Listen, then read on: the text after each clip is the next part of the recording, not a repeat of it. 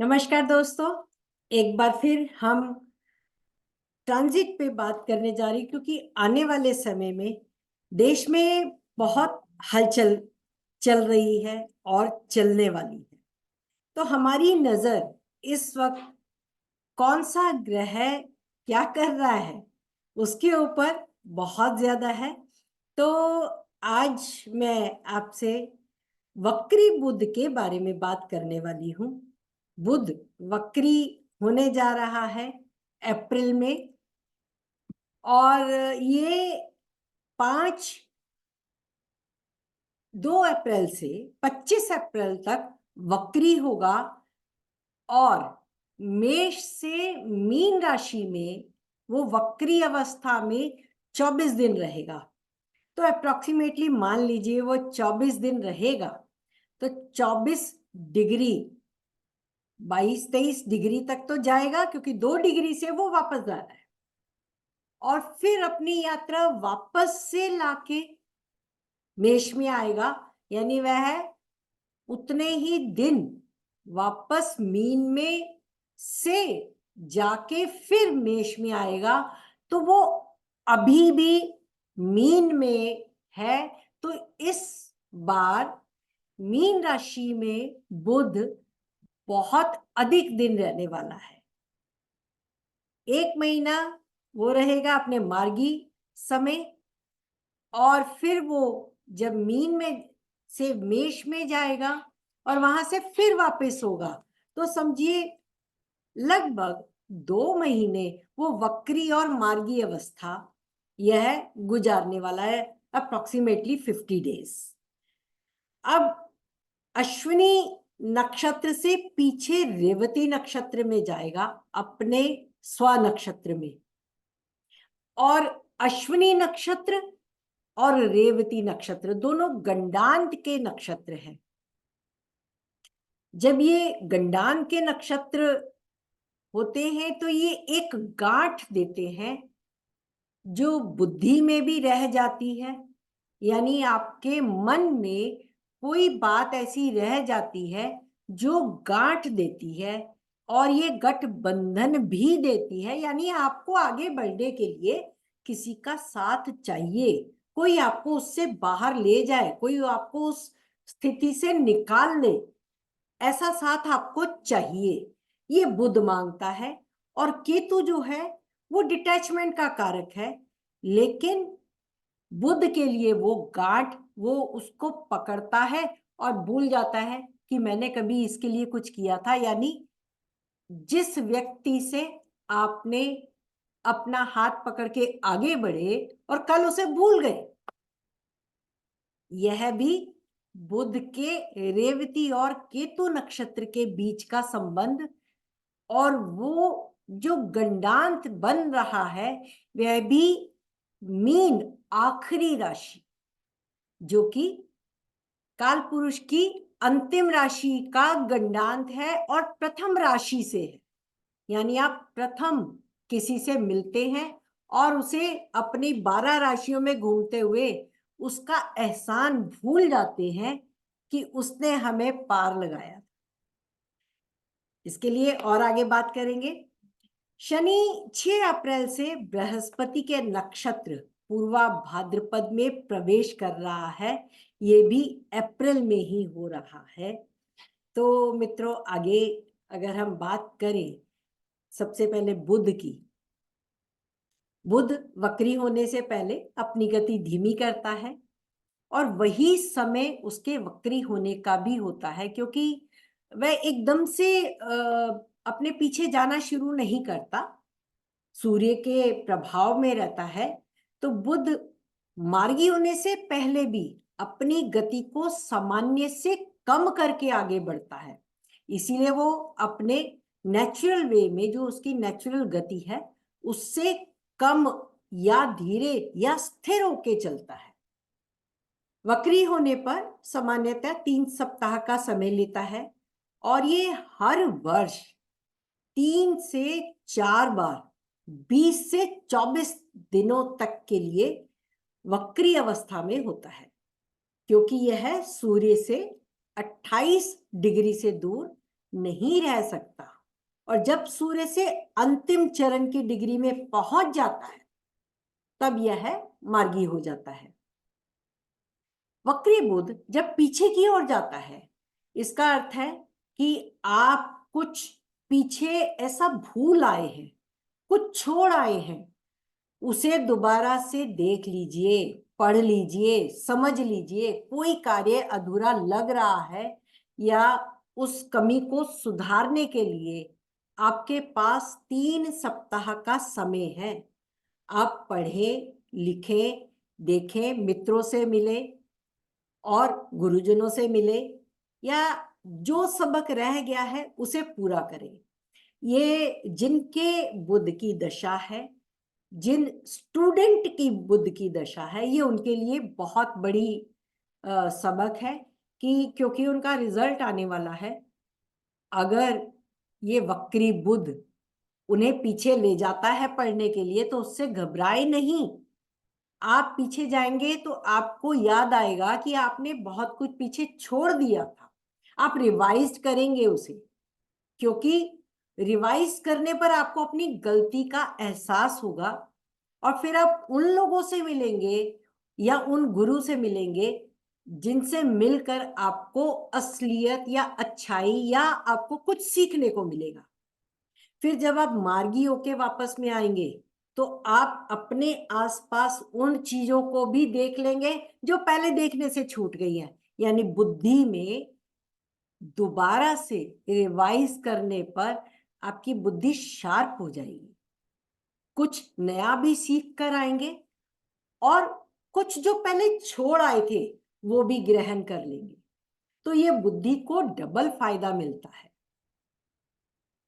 तो बुध वक्री जो हमारे 2 अप्रैल से हो रहे हैं मेष राशि में अश्विनी नक्षत्र पे वक्री 2 डिग्री 49 मिनट से, तो ये पीछे मीन में रेवती नक्षत्र पर 24 डिग्री तक 22 डिग्री तक जाएंगे और फिर वहां से उतने ही डिग्री वापस आएंगे। सूर्य से बुध 28 डिग्री से ज्यादा नहीं घूम सकता, सूर्य की अंतिम दूरी तक पहुंचता है तो अपनी दिशा बदल देता है। बुध का वक्री होना नवीनता का कारक है, यानी आप कुछ नया भी सीख के आते हैं। व्यक्ति इस दौरान नई योजनाएं बनाता है, फिर से कोई काम अलग से भी देखता है, अपने किए हुए काम पे पुनर्विचार करता है, पुनर्गठन करता है, उसका मूल्यांकन करता है कि मैंने कहाँ कमी कर दी।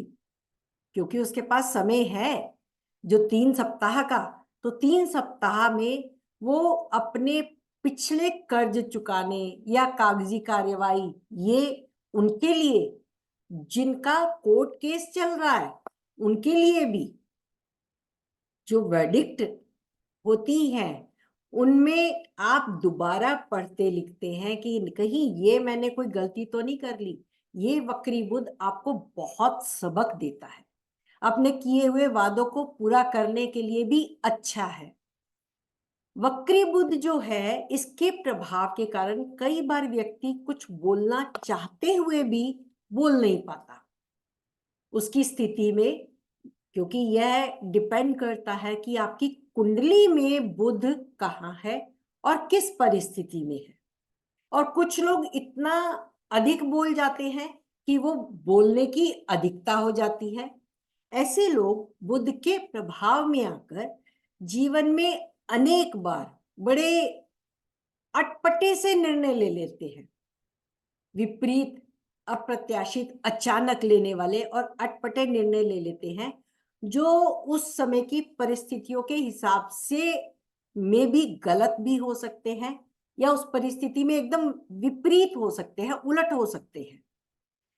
तो हो सकता है ऐसे लोगों को बाद में अपने निर्णय पर पछतावा भी हो, किंतु वक्त के डिमांड के अनुसार और अपनी पीछे की गई गलतियों को देखते हुए वो समय का इंतजार नहीं करते और वो उस वक्त कुछ ऐसे निर्णय वक्री अवस्था के बुध में ले लेते हैं जिनके लिए उन्हें बाद में पछताना पड़ सकता है।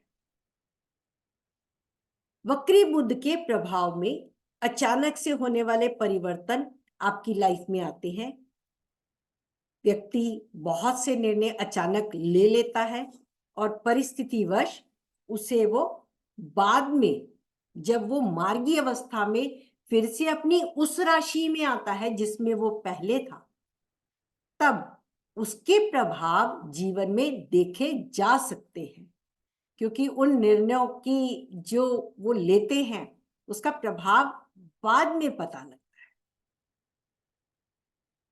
है। अब 6 अप्रैल से शनि हमारे नक्षत्र परिवर्तन राहु से आगे बढ़कर बृहस्पति के नक्षत्र में होंगे, बृहस्पति को देख रहे होंगे और मंगल के साथ, और इसके साथ ही आप ये समझ लीजिए कि शनि दंडाधिकारी है, तो गुरु जो न्याय करता है और उस न्यायकर्ता के नक्षत्र में शनि का होना, और यह 6 अप्रैल को हो रहा है, तो उस समय मंगल 17 डिग्री 3 मिनट पे, यानी 3 डिग्री और मंगल ने चलना है, 3 या 4 दिन और चलना है, तो वह भी पूर्वा भाद्रपद में होगा, जो हमारे हिंदी नववर्ष का राजा और मंत्री और जो गुरु जो कि न्याय करता है उसके नक्षत्र में होना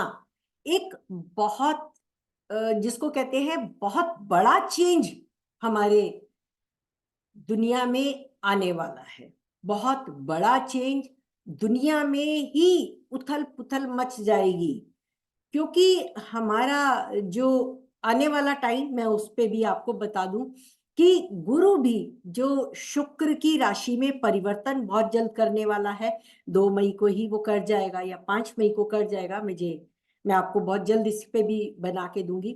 वह भी अतिचारी होने वाला है, और हमारी मेदिनी ज्योतिष कहती है अतिचारी ग्रह कभी भी अच्छा नहीं होता, तो जो न्याय आएगा वह बहुत लोगों के लिए सबक देने वाला, देश और दुनिया में, विश्व में उथल पुथल करने वाला।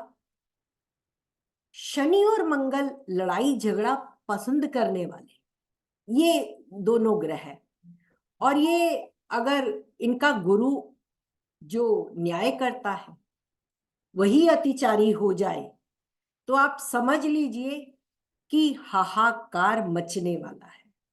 यानी ये 2024 मैं कहूंगी कि इतना अच्छा उस लिहाज से नहीं है जितना कि खुशी होनी चाहिए गुरु के शुभ राशि में प्रवेश करने की, क्योंकि गुरु की यह शत्रु राशि होगी। मंगल आगे जाएंगे और राहु से मिलेंगे, उसके बाद वो स्वराशि होंगे। राजा है तो राजा की सत्ता जो लड़ाई झगड़े को बढ़ा रही है ये दिख रहा है। मित्रों, यहाँ पे ये मैंने पीएल लगन जो लिखा है, प्रोग्रेसिव लगना, ये हमने कल जो लास्ट वाली वीडियो उसमें चर्चा की थी जैमिनी राशि के संदर्भ में, कि धनु राशि हमारी आत्मकारक जो है वो धनु राशि बनती है, सॉरी कारकांश लगन धनु राशि बनता है, क्योंकि इस कुंडली का जो शनि है सबसे अधिक डिग्री का नवांशा में धनु राशि में बैठा था। अब यहाँ पे क्योंकि वर्गों का स्वामी बुध वक्री होने जा रहा है, तो मुझे लगा इसको भी एक नजर डाल देनी चाहिए। चर राशि की दशा वर्गों में टॉरस, यानी बुध में शुक्र की दशा जो वृषभ की है, और वृषभ भाग्य भाव की दशा है कन्या से। शुक्र यहां से बुध से 12वें है, और ट्रांजिट का बुध मीन राशि में वक्री होकर आएगा। मोदी जी का बुध भी वक्री है, इस डिग्री पर नहीं आएगा, लेकिन वो जब शनि या मेष में इस डिग्री पर होगा तो यहाँ पे थोड़ा सा ह्यूमिलेशन फीलिंग कराएगा। हालांकि मंगल दशा में नहीं है कन्या से, मेष की दशा नहीं है, किंतु जब अक्टूबर 2024 होगा तब ये समय उनके लिए कष्टकारी फिर से होगा। यहाँ पे बुध जो है वो अप्रत्याशित निर्णय लेगा। यहाँ पर बुध अप्रत्याशित निर्णय लेगा। और एक और बात कि इस समय जो ट्रांजिट है यह देश के शासनाधिकारी, देश के अपोजिट पर्सन, देश की जनता, इन सब पर कष्टकारी हो सकता है। क्योंकि अगर मैंने इंडिया का चार्ट देखूं, यहां भी प्रोग्रेसिव लगना मैंने बनाया है ये योगिनी से, क्योंकि मैं देश के चार्ट को बहुत बार योगिनी से देख रही हूं।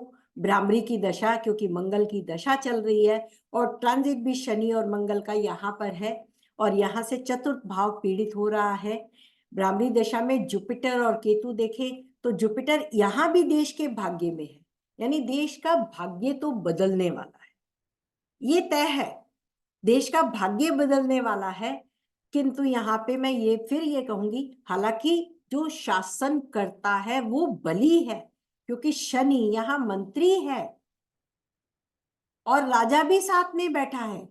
शनि मूल त्रिकोण का है ट्रांजिट में और राजा उसकी दशा है, भ्रामरी की दशा है। मंगल वहां से पंचम में है और पंचम से वो प्रजा को देखता है।